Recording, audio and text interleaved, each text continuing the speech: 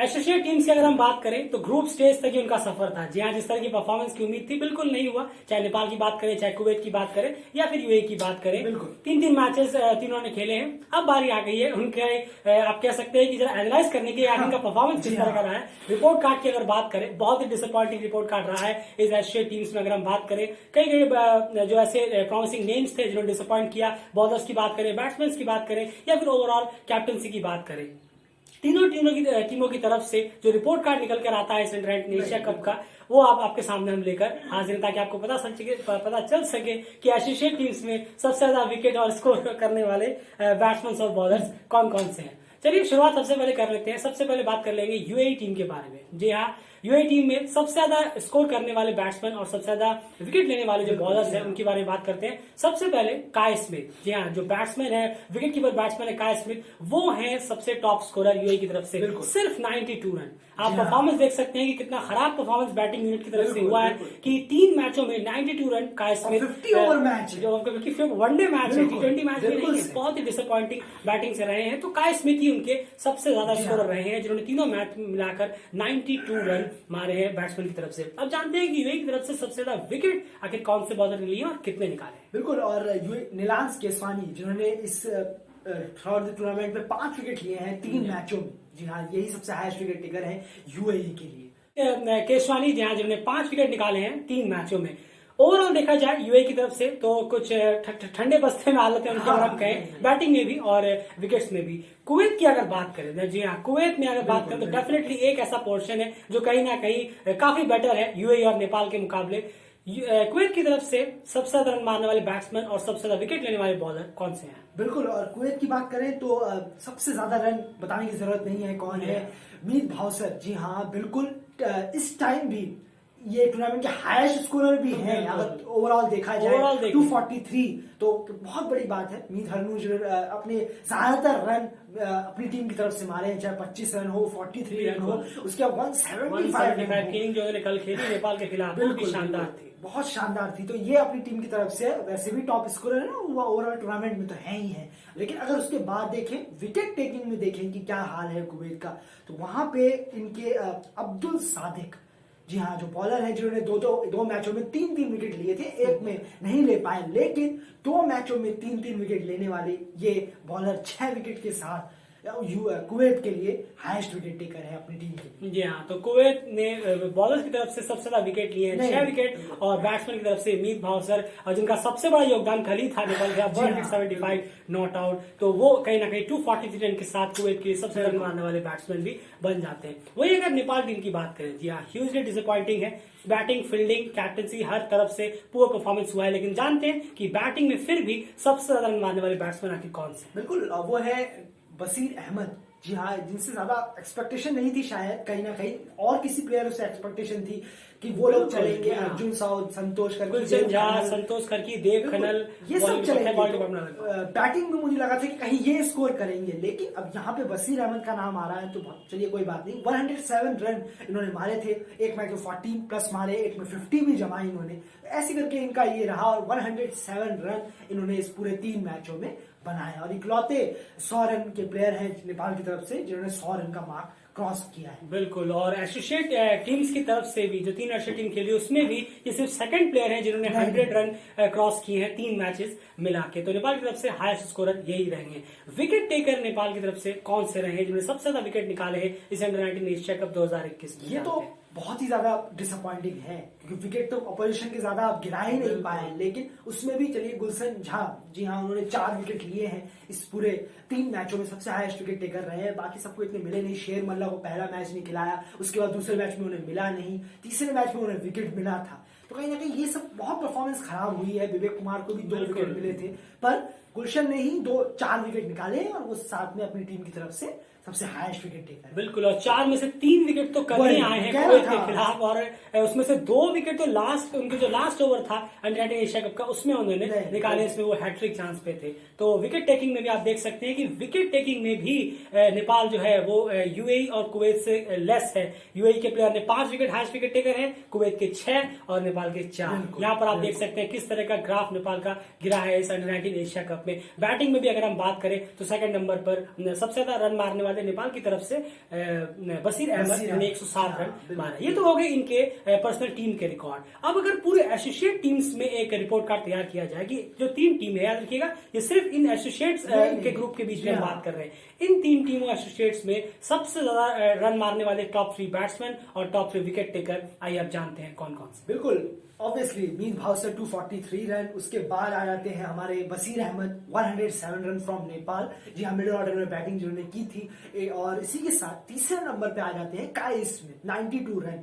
जी हाँ, अर्जुन साउथ के भी रन थे लेकिन 89 तक हैं वो 92 यही हाईएस्ट है यूएई के।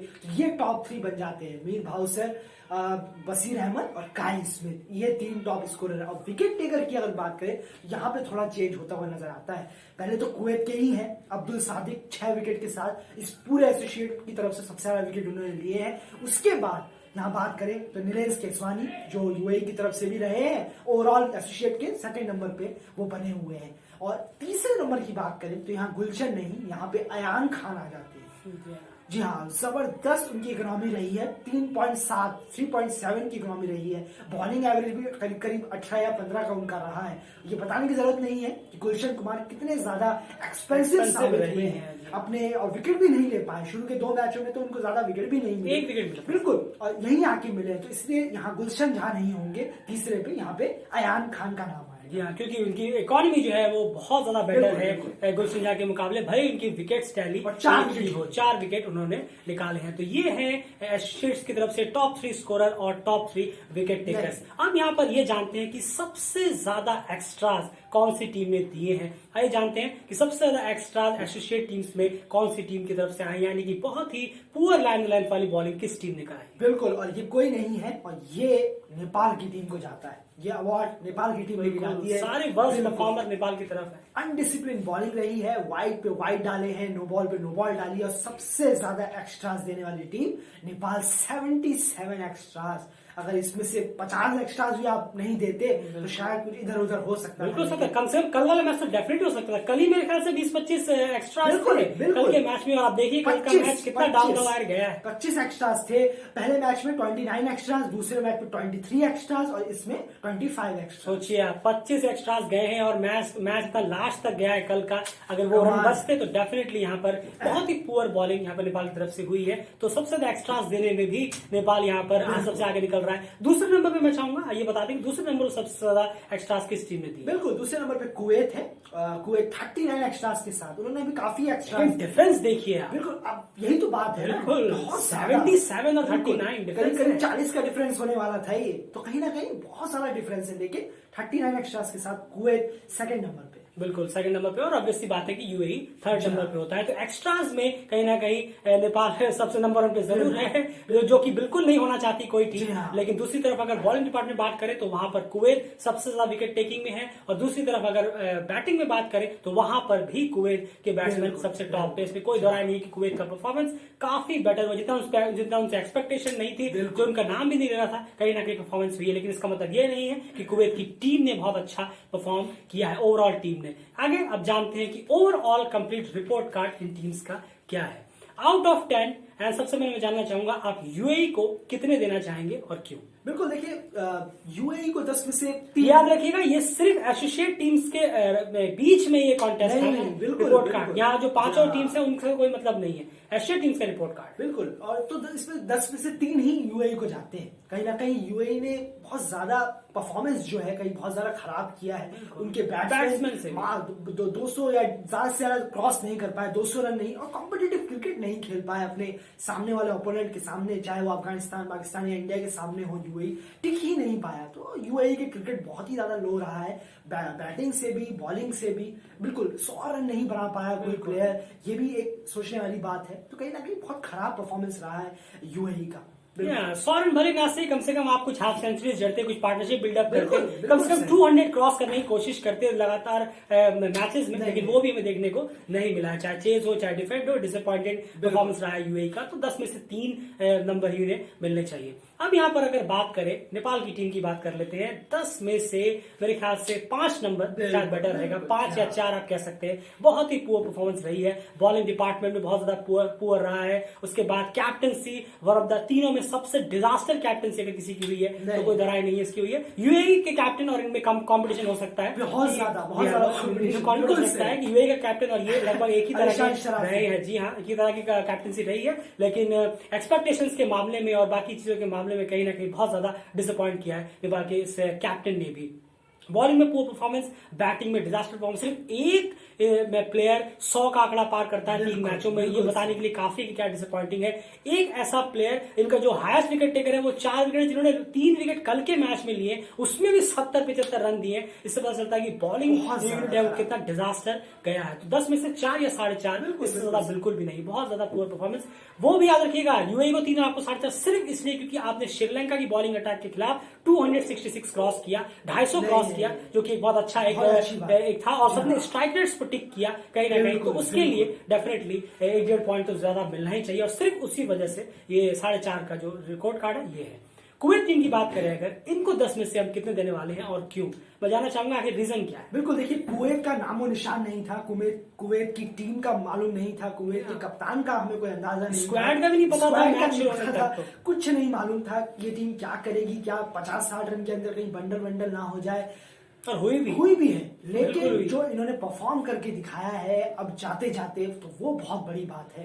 एक मैच जीत के गई है Kuwait, team, highest run scorer उनके हैं, एसोसिएट में हाईएस्ट विकेट टेकर उनके हैं, तो इससे बड़ी बात और कुछ नहीं है। सबसे ज्यादा ओपोनेंट्स को आउट करने वाली टीम एसोसिएट में वो यही है। बिल्कुल, ये आपको देखने वाली बात है ये, क्योंकि आपको बॉलिंग डिपार्टमेंट का देखना है, क्योंकि भले ही वो 49 और 63 पे ऑल आउट हुई हो, लेकिन उन्होंने सामने वाली टीम को ऑल आउट भी किया है, जो नेपाल और यूएई सोचते ही रह गए लेकिन कर नहीं पाए। कहीं ना कहीं बहुत पुअर परफॉर्मेंस दूसरी तरफ से हुई है। लेकिन कुवैत की अगर हम बात करें, उन्होंने बॉलर्स ने काफी अच्छी बॉलिंग कराई है, बॉलिंग का पूरे मार्क्स उनको जाने चाहिए। वहीं पर अगर हम बात करें उनके captaincy leading from the front की, ये पॉइंट भी उनको जाएगा। क्या कहेंगे? बिल्कुल मिहिर भाव सर, कहीं कुछ नहीं छोड़ा इन्होंने, सबसे ज्यादा खुद लीडिंग फ्रॉम द फ्रंट किया और टीम ने आखिरकार जाके जीत हासिल करी, तो ये बहुत बड़ी बात है। और कुवैत की जहां तक बात है, तो कुवैत का जो कुवैत एक एसोसिएट टीम है, तो उनका कंपटीशन अपने बाकी के एसोसिएट टीम से ज्यादा है कि हमें उनको दिखाना है कि हमें उनसे बेटर है कि नहीं है, और उन्होंने बिल्कुल सही साबित किया। ये नहीं कि इंडिया और